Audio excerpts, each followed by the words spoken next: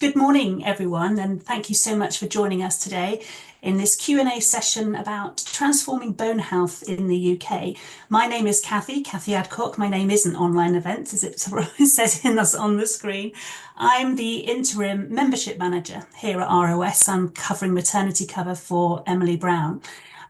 Before I introduce Craig, our CEO, just a little bit of housekeeping. This session is being recorded and we will send the recording out to those who are registered during this week. And thank you to everyone who submitted questions. It's been great to see your questions arriving, and whilst we can't answer questions about specific medical conditions today, you're very welcome to contact our specialist nurses or look on our website, and the links to these will appear in the chat very soon. Some of your questions are actually very similar, so we have condensed a few so that we can keep to the timings.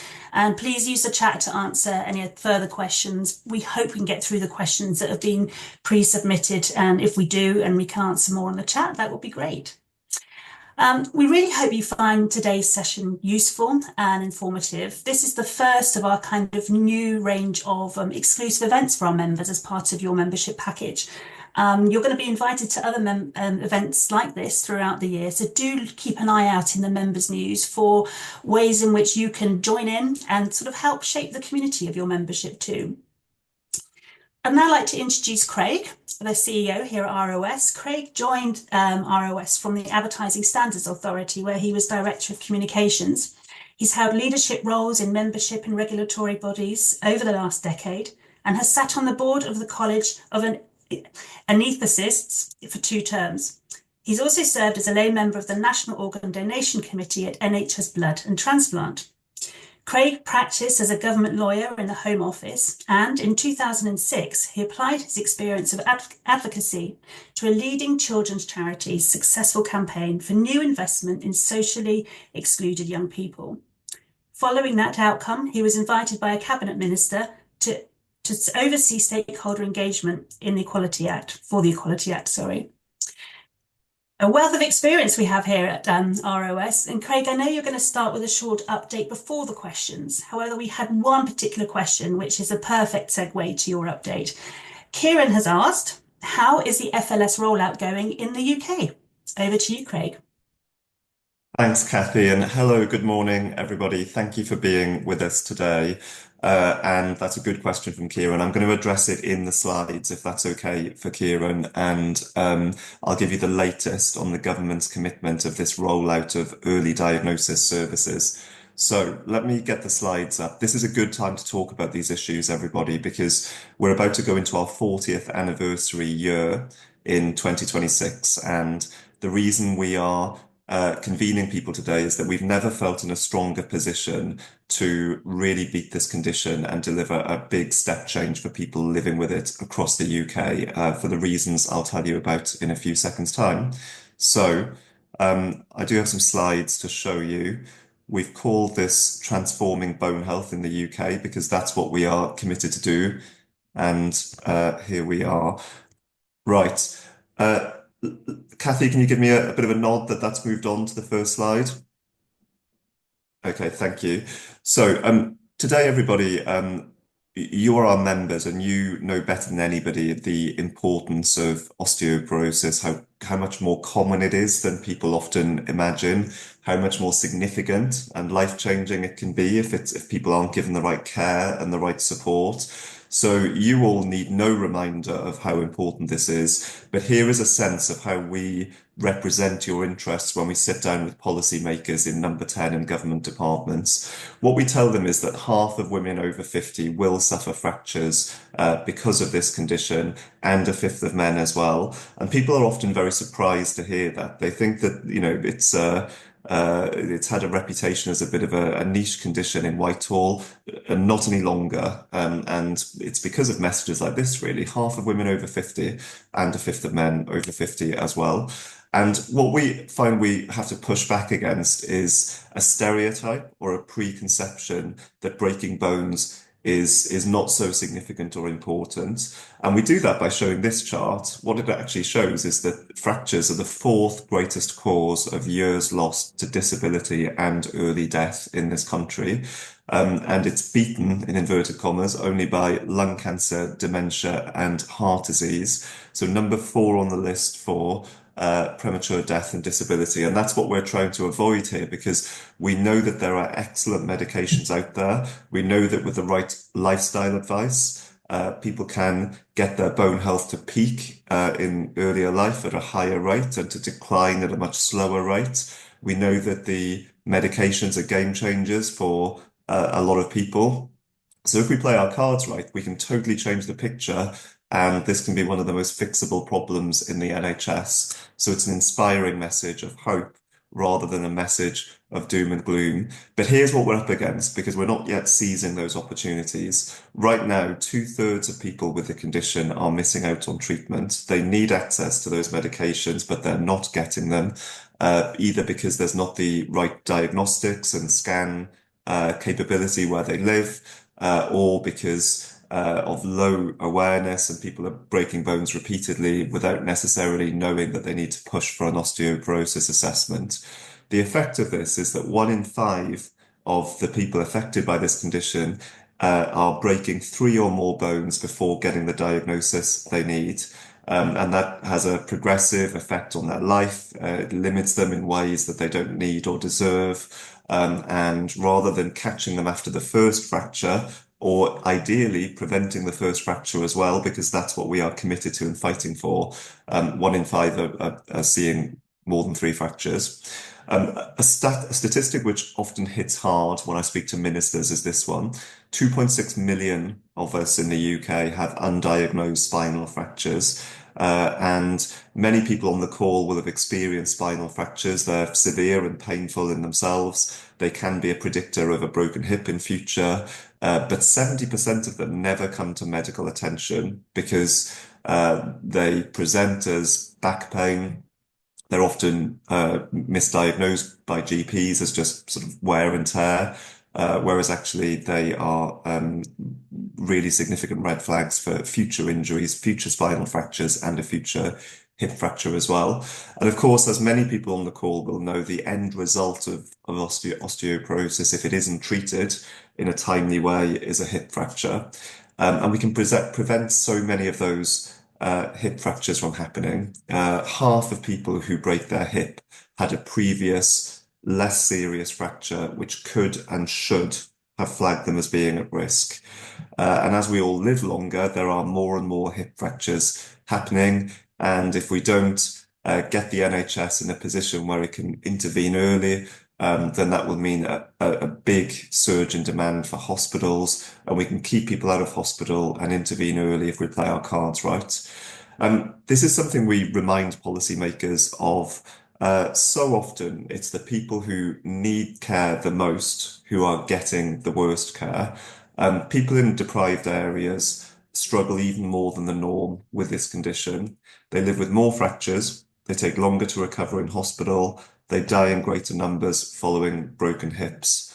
But it's often people in these areas who need that intervention and support more than anybody does, who don't have the diagnostics, don't have the right care in primary care through GPs, and unfortunately are on that conveyor belt to serious but avoidable injury. This is Steve, and I don't know whether Steve's on the call, but I know Steve very well, and it's been a pleasure campaigning with him over the last 2 years. He's been a real stalwart of our campaign for fracture liaison services. In 2017, Steve was 64 and started to get severe back pain. Steve was working on forklifts, loading and unloading wagons. He had back pain, and after 10 GP visits, had no diagnosis. The doctor just kept on sending him away with painkillers. And the doctor insisted that this must be because of Steve's job, which was manual and moving large boxes. And by the end of this period, Steve tells us that he remembers living in the chair, drugged up to the eyeballs, as he puts it, counting the minute until I could take the next painkiller. Now, Steve had to step away from that job. It just wasn't possible anymore. And paying for a private DEXA scan was not easy. But when he did pay for a private DEXA scan, it finally revealed the truth, which is that he had 10 spinal fractures. How different would Steve's life have been if the NHS had caught him after his first spinal fracture instead of after 10 of them? Could he have kept his job? Could he have got those years of his life back? And that's what we've been fighting for, especially in the last 2 years since we launched our campaign for early diagnosis services called Fracture Liaison Services. And Steve's been right at the heart of that. Steve came to the Conservative Party conference with me, and the Labour Party conference as well. He stood on his feet for hours, asking questions of ministers, trying to persuade them to act, to step in to protect people like him from this condition. And he knew that it wouldn't change his position. By then it was too late. But what he wanted to do was to make sure that younger people, those coming next, would not have to go through the years of pain, disability, and missed opportunities to make a difference that he did. Now, in 2020, we rued the fact that nobody talked about this condition. We thought it was extraordinary given the numbers affected and the significance of the effect on them that I talked about earlier, that it was hardly ever talked about in Parliament. So many powerful people thought it was just part of getting older and just one of those things. And what we've worked hard to do in the last 2 years is to change that and create a movement around osteoporosis and bone health. And we've had the support of some powerful allies in doing it that's finally made a difference. Our Sunday Express Better Bones campaign is the longest running newspaper campaign in the history of this country. It's run for 75 weeks so far, never been a longer one. And more recently, we've been joined by the Mail's War on Osteoporosis campaign as well. And you can see how they've covered Steve there. The Mail campaign is run by this fabulous woman on the right, Ruth Sunderland, who is the business editor. Ruth suffered spinal fractures in her 50s.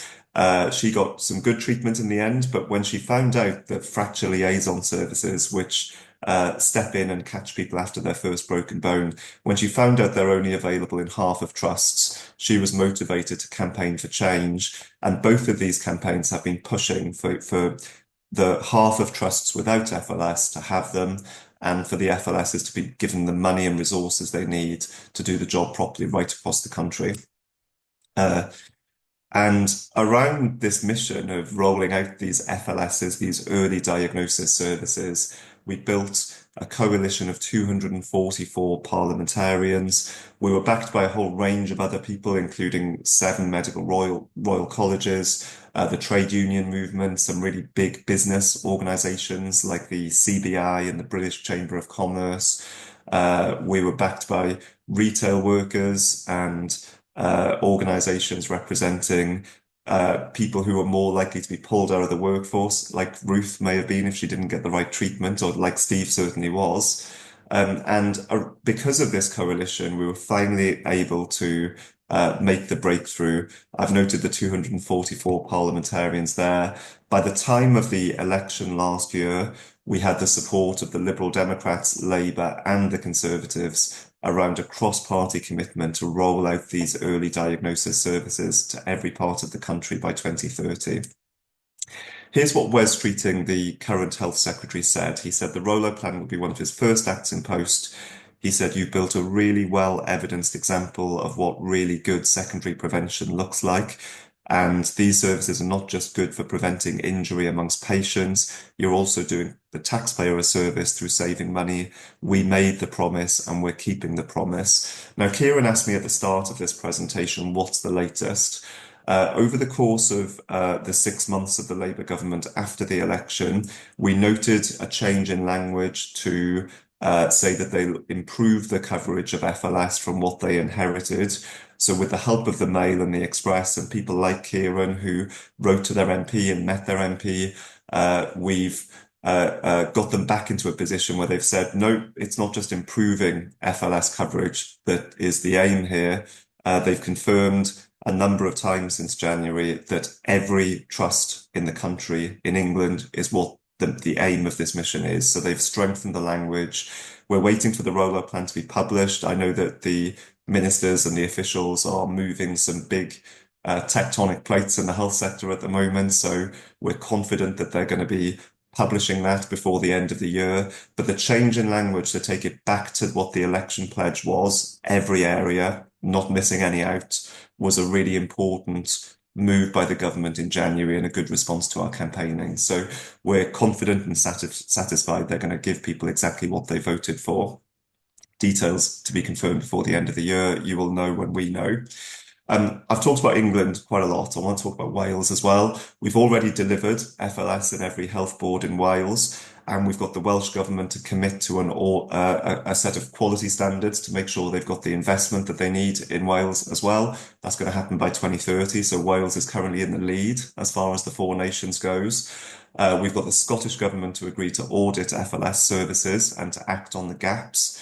And we'll be coming to Northern Ireland over the next couple of weeks to start the process of campaigning there as well. Now, it's not all about diagnostic services. We're also very encouraged that we've got two new bone builder medications. That's romosozumab, the Evenity drug, and there was also the abaloparatide drug agreed for use in England and other parts of the UK last year. So they're going to be really helpful in slowing people's loss of bone density, but also building it back as well. That's the novelty of these new drugs. Not everybody's eligible. It's not right for everybody because it depends on medical circumstances. But for those who these drugs are right for, it'll be a real game changer. And of course, our research and academic networks are pushing the case for further advances in treatment and diagnosis as well. Now, one of the problems that I noted at the start of this presentation was awareness. And what we've worked hard to do with the help of our President, Her Majesty the Queen, is to get into a position where we're able to prime people who are likely to be at risk and get them to push for an assessment earlier, so that they're not in a position where they're breaking bone after bone before finally getting doctors to take them seriously. Our risk check has been a game changer on that. We're very proud that since we launched it with the Queen 2 years ago, a total of 450,000 people have checked their risk. And we have an independent statistician who's used sampling to find out what people did afterwards. The people at high risk were given advice on how to have a good conversation with their GP. And as a result, over 58,000 of them have had an early diagnosis as a result. So these are people who have had early access to medication, the right kind of support. They've found their way to the charity as well, many of them, and they're now free to live the lives they deserve as a result of getting help much earlier than they would have done otherwise. And, you know, what we want to do from now on is to scale that up. And later this year, we'll be launching what we're calling the Great British Bone Check with the support of the Queen again. And its aim is to take that total right up to 1 million people by the end of our 40th anniversary and 3 million people risk checking by 2030.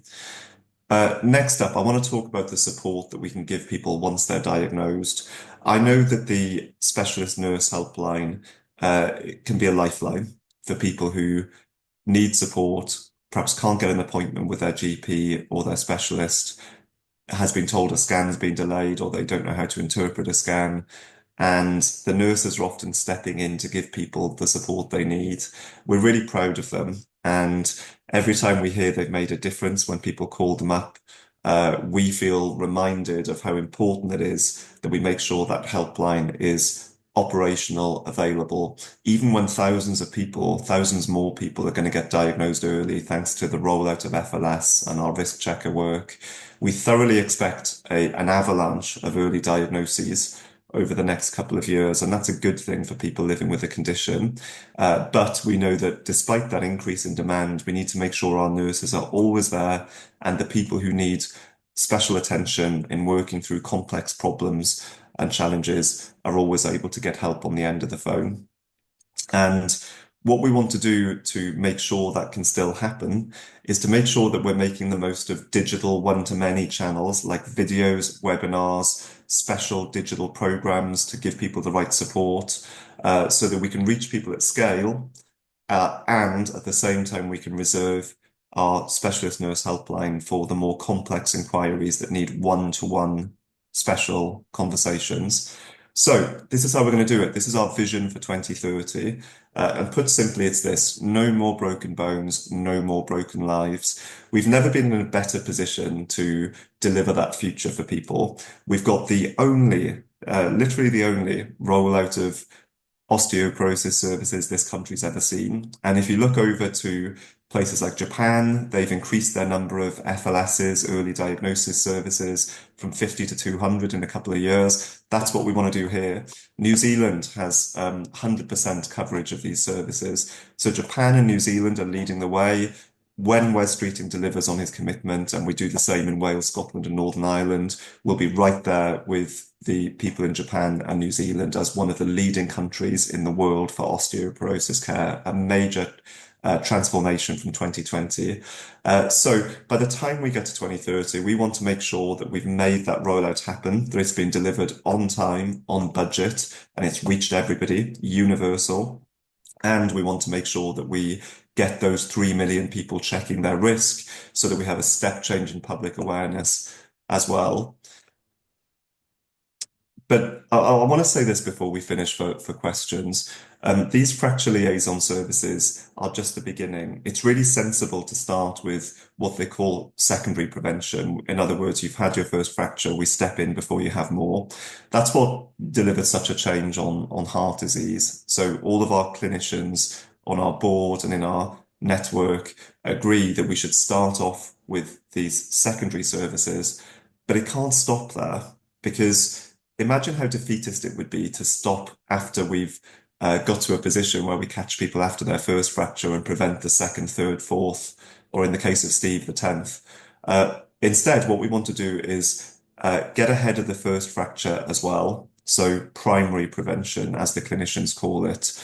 We shouldn't rest until we've got into a place where we can stop all fractures, and that includes the first.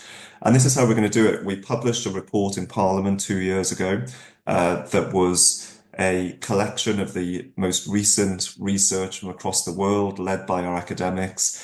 And what that said was, we need to deliver world-class research over the coming 5 years to lay the groundwork for the world's first national screening program. And the evidence shows that if we have that, we can prevent 8,000 broken hips every year, saving thousands of lives, and we can totally transform health and social care services in this country. And I don't think it's too ambitious at all to say that this should start in the UK, because actually fracture liaison services, the services I've just been talking about, started in the UK as well. So let's get this country back to being a world leader. Let's have the world's first screening program. We won't rest until our long-term research commitment to make it happen has been delivered, and we've persuaded policymakers to set it up. I've mentioned the extra demand we see coming our way, and we know that that very good avalanche of extra people getting diagnosed early will mean we have to step up and make sure this charity can manage the tens of thousands more people needing our services. This is how we're going to do it. We're going to do it in a digital one-to-many way because we can reach more people that way.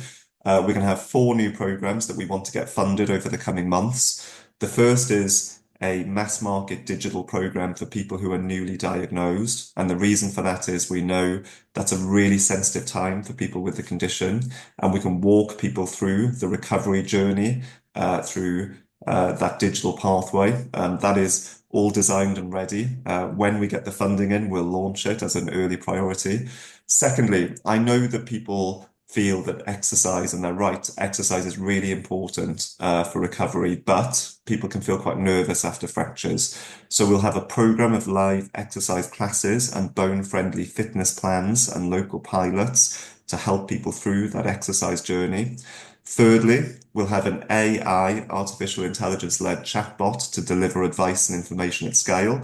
You can look at things like ChatGPT at the moment and other AI programs, and you can see the potential to extend our specialist nurses support to a lot of people if we deal with the more straightforward inquiries through AI and reserve the nurses for the really complex ones. And finally, we'll have a digital journey as well to help people recover quickly from fractures. We know those weeks and months after people have had a fracture are really challenging and really important to get right. And we have a program ready to help people through that. So these four new projects are going to be really important. That follows our medication support program, which we're launching next month. It follows Osteoporosis Connect, which is our new message board and online community. These are the next four big programs. So when you donate to us, just through being members, or whether you top up your donation through top up your membership with an extra donation, these are the kind of programs you're going to help us fund and launch. So thank you in advance for doing that. I've mentioned the Great British Bone Check that will launch on World Osteoporosis Day on October the 20th. The effect of that will be 3 million people checking their risk by 2030. So we've never felt in a better position to give people the change they need. This condition's always been the underdog, people with it, and our staff and our teams and volunteers who are representing for them and fighting for them every day. We have always been the underdogs, but perhaps no more, because we've got the Sunday Express, we've got the Daily Mail, we've got all that support in Parliament, we've got the government commitment to roll out these early diagnosis services. We've got teams of academics working on a screening program as well. And we've got our 40th anniversary coming up to really drive a step change in awareness next year as well. So we genuinely feel really committed to this agenda, and that we've never had a better chance to give people back the future that they deserve, which is no more broken bones and no more broken lives. Thank you for being members and helping us make that happen. And I'm looking forward to your questions. So I'll stop sharing my screen. Thank you so much, Craig. Well, it's been an incredible year or so, but like you say, we're not quite there yet. You have, though, managed to answer some of the questions in your presentation. Angie had asked what work we were doing in Scotland, which you've covered. David had asked about what screening programme are we campaigning for at the ROS, and Mary had asked, will the helpline be free? So thank you for answering those questions, plus an awful lot more information. Thank you. You just actually touched on Her Majesty the Queen. Jane has asked, does the Queen continue to be supportive of this cause, regardless of how busy she is? Yes, she does. I'm really, really proud actually that we're known as one of her favorite charities. Some people often say her favorite charity, and that's very flattering. We know that her mum and her grandmother suffered really, really badly with the condition. So she often phones me. Her people phone me. We do 2 events every year with her, and every time we do it, I'm really struck by the how much she knows about this condition and how much she cares about it. So when she talks to volunteers, she'll quite often talk about the medication, she'll talk about the fracture liaison services. This is really important to her. It's really close to her heart. So her re-signing on as president in her new role as Queen was a big moment for us. Thank you, Craig. And Sian has asked, what are we doing to connect with younger people and alert them to bone health? Yeah, really good question. Thank you for that. Well, the next step in the risk checker is going to be to go younger. So we've targeted the digital advertising that's led to 450,000 people checking their risk. We've targeted that advertising at people aged 45 to 54, which is a little bit younger than we've worked with in the past. I would like to carry on going younger, and we know bone health peaks in our 30s. So personally, I think it's relevant for people after that point. And the Great British Bone Check, through working with companies to help us reach their customers, is going to go younger. And I'll give you a bit of a sneak preview. We're already supported, or we have commitments of support from a number of really good companies. Boots is talking to us about supporting the Great British Bone Check. AXA, the insurers, have agreed to share it with their customers. Mumsnet, which has 9 million members, is going to be our campaign partner this World Osteoporosis Day. So we're getting a lot of household name brands talking to us about this, and that's the key to reaching a younger audience. Thanks very much, Craig. Angela has said, "Hi Craig, I'd like to ask how the ROS can connect with GPs across the country. Many GPs have limited knowledge of osteoporosis. Certainly my GP didn't mention to me when diagnosed the wealth of information that's available on the ROS website." Well, thanks first of all, Angela, for noticing all of the information that is available to you. But are you able to answer Angela's question, please, Craig? Yeah, thank you, Angela. We hear this so much. You know, some people get excellent care in GP surgeries. Lots of people don't, and there are missed opportunities to push people forward for an osteoporosis assessment when they need one, and also when the FLSs, the fracture liaison services, do their work and hand people back for medication reviews and so on after the 12 months back into primary care, we quite often find that the connection's sort of broken and that people don't get the follow-up they need, and people end up very confused about their medication options, and they don't get the reviews and monitoring that they deserve. So primary care is really important. What have we done there? We've launched a training module for GPs last year. So that is in the field, and we're going to carry on connecting people with it. We're launching a new all-party parliamentary group inquiry into primary care and those missed opportunities. So our politicians on our APPG are going to be studying and examining this area over the coming 12 months and publishing recommendations. As I mentioned, the risk checker gives high-risk people a script to have a good conversation with their GP, which is, and often I find that people printing that off and showing the results with the ROS brand is very helpful for getting GPs to take people more seriously than perhaps they would otherwise. So there are three examples of solid pieces of work we're doing to change the picture. But this is going to take a few years to get right. And ideally, we'd have the support of bigger organizations like the Royal College of GPs in helping us make it happen. Thank you. We had similar questions actually also from Marlene about GPs, and she's actually a member of her patient group at her surgery. And sad to say that, as we hear too often, that bone health and osteoporosis isn't seen as a high risk feature and disease. How best can people like Marlene help improve this for the patients who find it really hard to push for compliance within the GP? So. Yeah, thank you very much, Marlene. That is the experience so often. The more that we can talk to local decision makers, the better. And one of the really good things about our 22,000 members, we've never had more members, and it's gone up by around 2,000 every year in the last couple of years. So you all are an expanding network, and you live all over the country.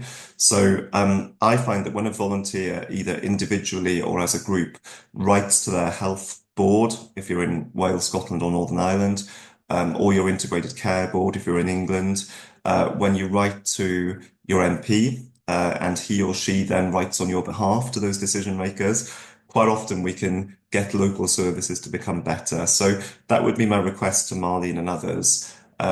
Whether you're in groups or whether you want to act as an individual, please write to the decision makers, tell them about your experiences, give them the evidence and ask them to take this more seriously. And if you do write to your MP, please share the response with us, because we have a good public affairs team who'll do the follow-up and make sure that with the help of that local champion, we can improve things in every area. Thanks, Craig. That's great advice. You touched on the research and briefly in your presentation. Victoria's asked about if you can sort of go into a bit more detail about what research is happening at the moment. Yes, I'd love to. So I know that research is members' top priority. Most members tell me there's nothing they care about more than making sure that we are laying the groundwork for the breakthroughs of the future. And that's really important, isn't it? Because the two new medications I mentioned, the improvements in diagnosis, the diagnostic capability and so on, they've all come from research in the past. So the research that we're doing now will be the raw material for the policy and practical breakthroughs of the future. A really good example, when I joined ROS about a year later, we agreed to fund a study into how artificial intelligence could opportunistically detect fractures on CT scans. It's one of the studies I've been most interested in tracking as it's gone on over the last couple of years. And it's showing some really promising results. And when it does, we're going to be saying to policymakers, look, we've proved the case for this. Let's use this AI technology right across the country to find the fractures so we don't need human beings overseeing the work. Actually, the AI, the machine learning will do it for us. So that's one example of a long-term study that I think is going to completely change the way that we detect fractures in the NHS. We've got a number of other studies which are active in the field at the moment, which our members have very generously helped us fund. And they are generating a whole range of different insights that's going to be changing the picture. What we've said is we want to fund research which has a short and direct pathway to patient benefit. So what that means is we're looking for what they call applied health services research. In other words, research that can show how we can diagnose people quicker and give them the right care. And our long-term commitment, in other words, over the next 5 years, is going to be really pushing forward that focus on screening. So we're going to be looking at the things that are important to the National Screening Committee, the body that decides whether there should be a screening program. And we're going to be funding studies which prove that this national screening program to prevent people's first fracture can work so that we have all the evidence we need in getting the Department of Health to agree to set it up. That's our long-term research focus right now. We want to make that screening program happen. Thank you, Craig, and thank you, Victoria, for that question there. Okay, here's a controversial one for you, Craig. Why do you think that Wes Streeting backed down on his promise to ensure nationwide fracture clinics? He was very supportive before taking office. Yes. Well, he's supportive again. I feel there was a sort of stepping back from it. I don't think that we should take it personally. I don't think it reflects any uh, lack of care for people with this condition.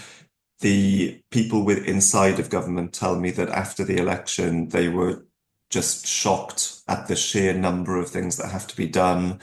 Um, they felt the tightness of money at the moment, and clearly they're being buffeted as a government by a lot of external shocks at the moment, like the American tariffs and the need to increase defense spending and so on.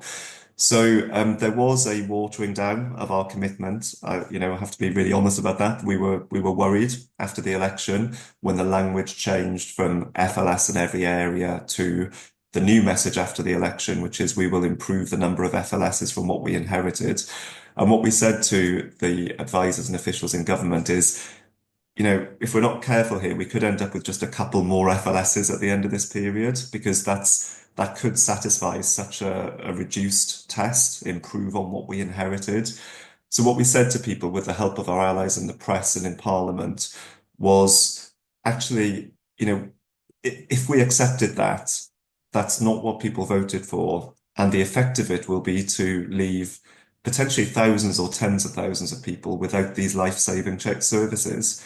And that makes no sense for the NHS and social care systems because we'll still see people suffering thousands of preventable fractures. So actually that will cost more. That's not going to reduce costs, it's going to increase costs because in those areas we'll see people suffer unnecessary fractures and hip fractures.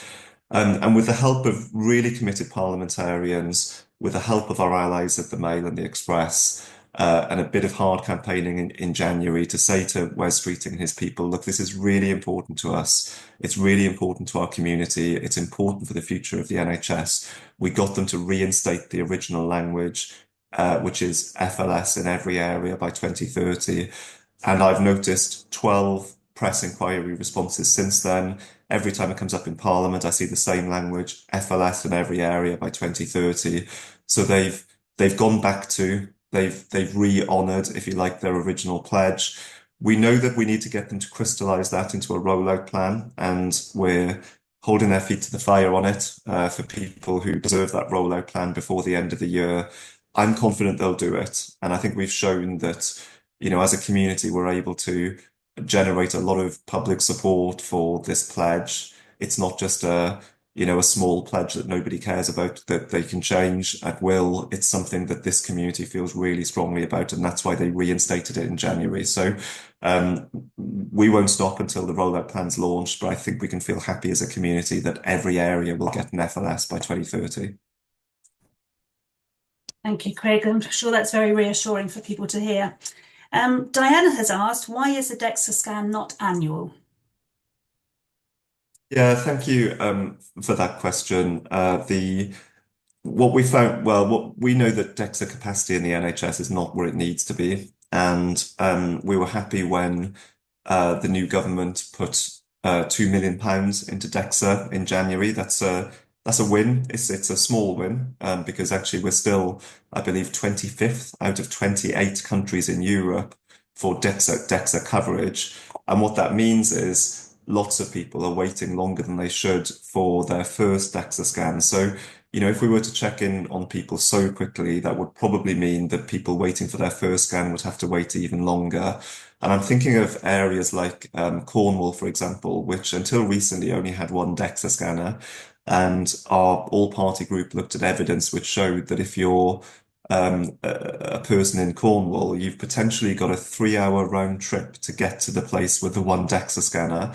So DEXA coverage is not where it needs to be across the country. And I'm afraid the £2 million recently put in will improve things, but it won't satisfy the gap. We need to do more to fill the gap on DEXA. And I'm afraid that's why getting people the right coverage to get their first scan has got to be our first priority. But after that, we'll do what we can to make sure that follow-up scans are offered as well. Thank you, Craig. Now, I've noticed actually there's a couple of questions in the chat if we can go over to that. Kieran has another question for us. I feel there is more of a stigma amongst men regarding getting help and even seeking help for back issues, as osteoporosis may be seen as a post-menopause ladies' condition. We know this isn't true, but can you advise what the ROS is doing to encourage and help men, and particularly younger men, to take part in all these initiatives? Thank you. Yeah, really good question. Thanks, Kieran. And you're not alone. Other people feel that as well. So, do you remember Steve that I mentioned in my presentation? I said that we've taken Steve to numerous party conferences and so on. And I love it when Steve represents us. He's brilliant. He's such a committed, lovely guy. And as I mentioned during my slides, he's got nothing, he's got no skin in the game on this because he's already had his 10 fractures. He's not doing it for himself, he's doing it for younger men in future and women as well. To really make sure that they have a different experience to what he had. So we've consciously tried hard and made sure that we're pushing forward great male spokespeople and representatives like Steve. So Steve's been a recurring star of our Better Bones campaign and our Daily Mail campaign as well. And what we're trying to do is make sure that we're not unintentionally compounding stereotypes by having by only putting forward women. And we're going to carry on doing that. We've expanded the digital marketing of our risk checker to target men more recently as well, to make sure that the ads are being served to men as well as women. And the Great British Bone Check will have as much of a focus on making sure as many as possible of those 3 million risk checkers up to 2030 are men as well as women. So Kieran, thank you. I totally agree. As a man myself, I think it's really important that we are really conveying that it's a fifth of men over 50 as well. Thank you, Craig. I'm just having a look through some of the other questions in the chat. Some of them are quite specific to medical conditions, so we might try and come back or suggest that people speak to the nurses about these. And I just want to highlight to say that Karen has mentioned about some difficult time that she's had, and so has Joyce. Joyce's question may be, let's see, I suffer from multiple chronic conditions with very limited advice and interpretation of my DEXA scan.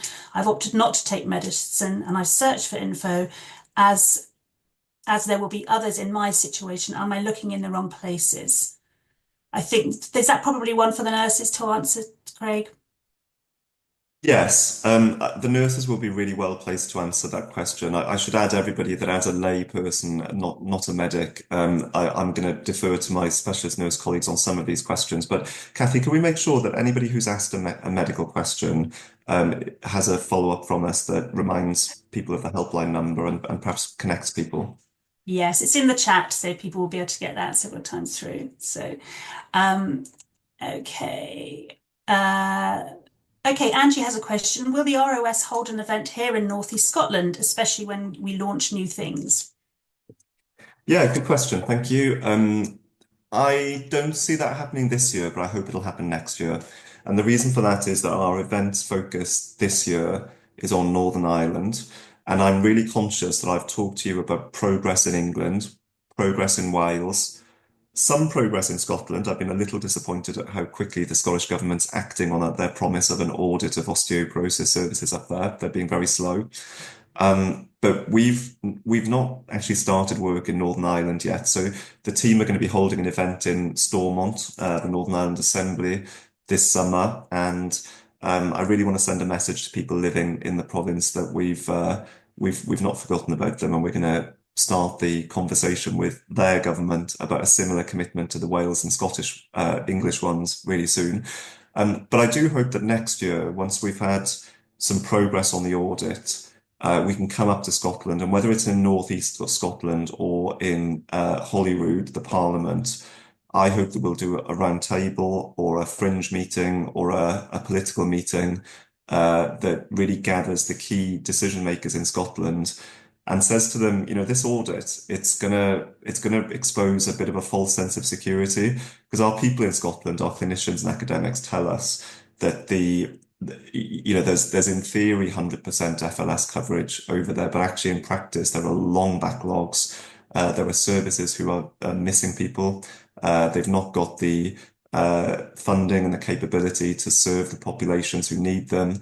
So this audit is going to it's going to make the invisible visible up in Scotland. And when it does, I want us to hold an event up there to bring together the decision makers to talk about what we're going to do to change the picture.